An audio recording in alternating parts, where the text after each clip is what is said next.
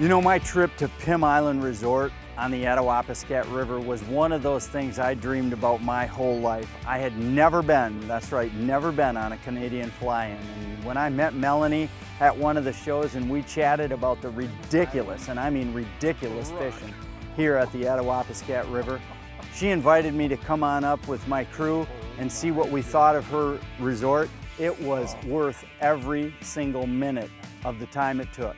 Yeah, we drove for a day to get to Hearst. Now, Hearst is a little town way north of Sault Ste. Marie, Michigan, probably 6 more hours by car.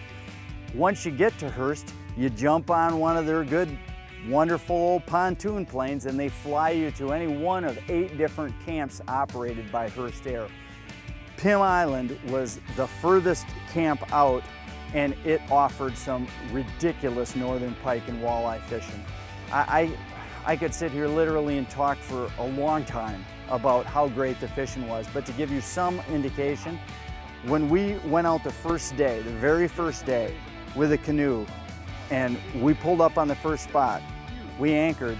Within 1 hour of that, throwing that anchor, I had the biggest northern I had ever caught, 38 inches or something like that to date. Several other fish in that 36, 34 inch class. My brother, the boat across from me, had 5 keeper northerns that were all bigger than anything he'd ever caught. And we were catching walleye one after the other. I mean, it just seemed like it was an unreal place.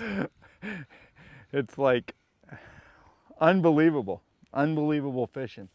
When your wrist is cramping on day one, oh my goodness, this is the biggest walleye around.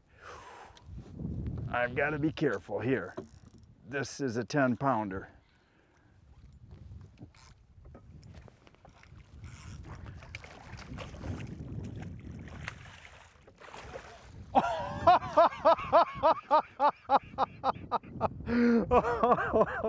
Oh my gosh. You want to see a teeny weeny jig and a great big walleye?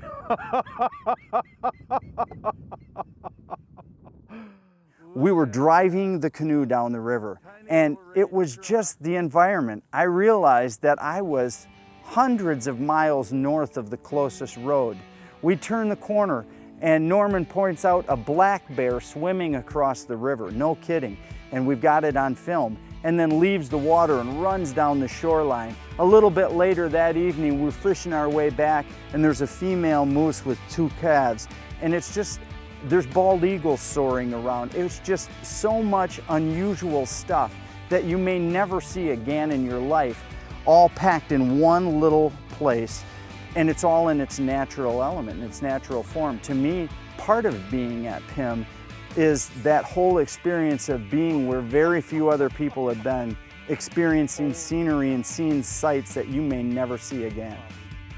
You know, from the time I took off on the water leaving Hearst and got that first surge and that first rush of my first fly-in adventure to the time I got back and the skis touched down coming back home, I can tell you I was thoroughly satisfied with the fishing and the environment, thoroughly satisfied with my host, thoroughly satisfied with the guide.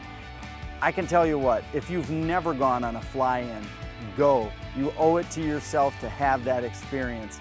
And you know, whether you go to Pym or whether you go to an inland lake circumstance, you'll be totally happy with the folks up at Hearst Air.